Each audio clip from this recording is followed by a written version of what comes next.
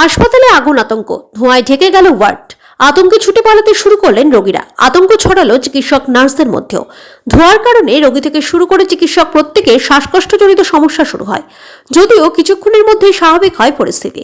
হাসপাতালের পাশে আবর্জনা স্তূপের আগুন থেকেই ছড়ায় এই আতঙ্ক। ঘটনাস্থলে আসে দমকল, নিয়ন্ত্রণে আসে আগুন। মালদা জেলার হরিশ্চন্দ্রপুর গ্রামীণ হাসপাতালে এই আগুন আতঙ্ক ছড়িয়ে পড়ে। হাসপাতালের পাশেই জমে রয়েছে আবর্জনা স্তূপ, সেখানে কোনোভাবে আগুন লেগে যায়। তারপরে বিষাক্ত ধোঁয়ায় ঢেকে যায় সমগ্র ওয়ার্ড। ধোঁয়ার বিভৎসতায় প্রসূতি থেকে শুরু করে অন্যান্য রোগীরা ওয়ার্ডের বাইরে বেরিয়ে যেতে শুরু করে। ছড়িয়ে পড়ে ব্যাপক চাঞ্চল্য। চিকিৎসক নার্সরা চেষ্টা করেন রোগীদের সুরক্ষিতভাবে বাইরে বের করার। তারাও শ্বাসকষ্টের কারণে সাময়িকভাবে অসুস্থ বোধ করেন। হাসপাতাল কর্তৃপক্ষের নজরে আসে আগুন। সেই আগুন নেভানোর চেষ্টা শুরু হয়। খোঁজ দেওয়া হয় দমকলকে। তারপর কিছুক্ষণের মধ্যে স্বাভাবিক হয় পরিস্থিতি। যদিও ব্লক স্বাস্থ্য দপ্তর সূত্রে জানা গিয়েছে, হাসপাতালে জৈব বর্জ্য ব্যবস্থাপনা রয়েছে। সেখান থেকে আবর্জনা বের করার সময় বা নিয়ে যাওয়ার সময় বিভিন্ন জায়গায় ছড়িয়ে ছিটিয়ে পড়ে। সেই জায়গায় কেউ ধূমপান করে ফেলার ফলে বা অন্য কোনো কারণে আগুন লেগে গিয়েছিল। হাসপাতালের আবর্জনা স্তূপের পাশেই রয়েছে রাস্তা, সেখানেও ছড়িয়ে ছিটিয়ে রয়েছে ব্যবহৃত ইঞ্জেকশনের সিরিঞ্জ। বর্জ্য ব্যবস্থাপনা নিয়ে তৈরি হয়েছে প্রশ্ন, যদিও সকল রোগী নিরাপদে রয়েছেন বলেই জানা গিয়েছে।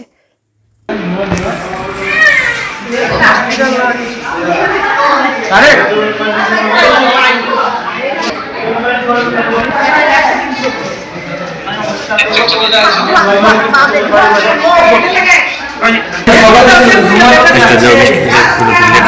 9টা বাজে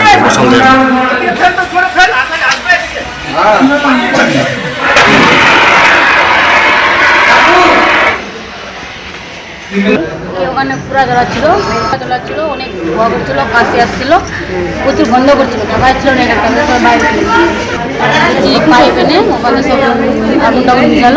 তারপর ধোয়াটা একটু ঘুরলো, তারপর সবাই এখানে ছিল, অনেক গন্ধ করছিল। ছোট ছোট বাচ্চা ছিল তো আপনার সঙ্গে? মা ছিল, বাচ্চা এখানে চলে গেছিলাম বাইরে থেকে।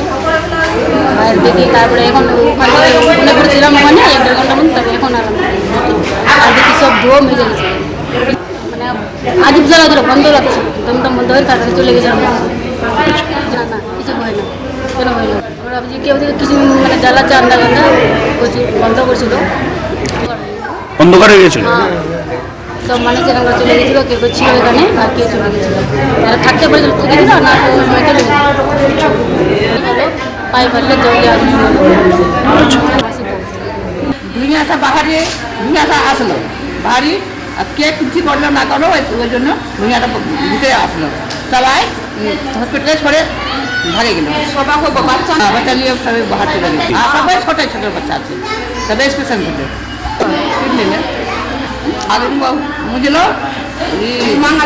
দমকল মহালে বুঝালো, বন্ধ হয়েছিল।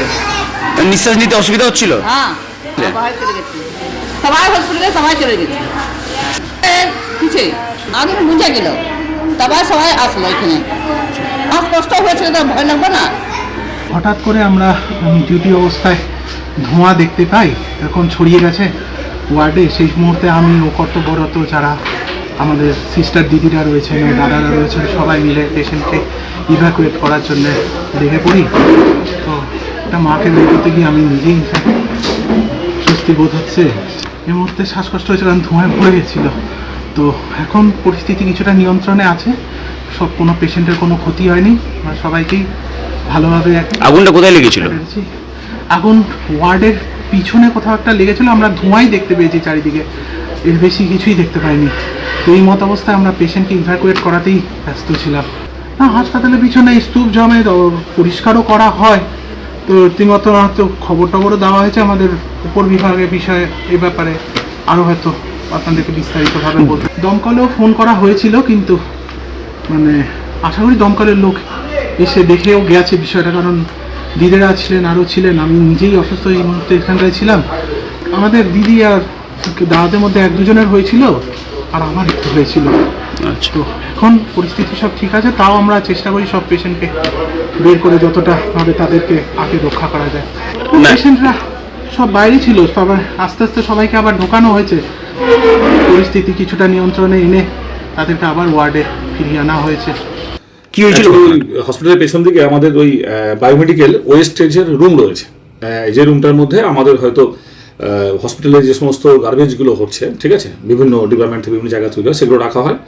আমাদের নির্দিষ্ট সময়ে আমাদের গাড়ি, যারা বায়োমেডিক্যাল ওয়েস্ট ম্যানেজমেন্টের জন্য যারা আসেন এন্টাইটেলড, তারা গাড়ি নিয়ে আসেন এবং সেগুলো কালেকশন করে তারা এখান থেকে নিয়ে চলে যান। তারপরেও কিছু হয়তো গার্বেজ হয়তো স্টক হয়ে যায় বা কি জমে থেকে যায় কখনো কখনো অল্প স্বল্প।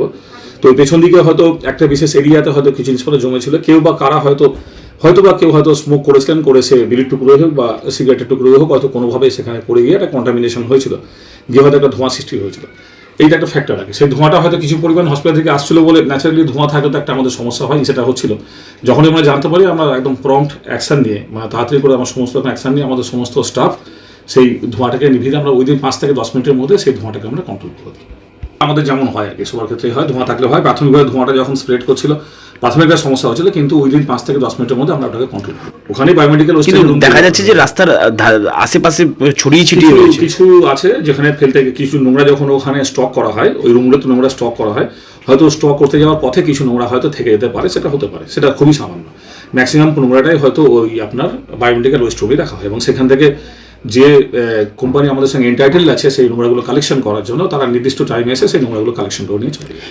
আপনার ওই বায়োমেডিক্যাল ওয়েস্ট রুম আমাদের লক রয়েছে, যদি আমরা লক করে রাখি ওটা, তারপরেও যদি কোনো জায়গায় কোনো ক্ষেত্রে এদিক ওদিক হয়, তাহলে সেক্ষেত্রে অনেক সময় কুকুর বা বিড়াল কখনো কখনো কিছু কিছু নোংরা মুখে করে এদিক ওদিক ছড়িয়ে দেয়, সেটাও একটা কারণ বটে।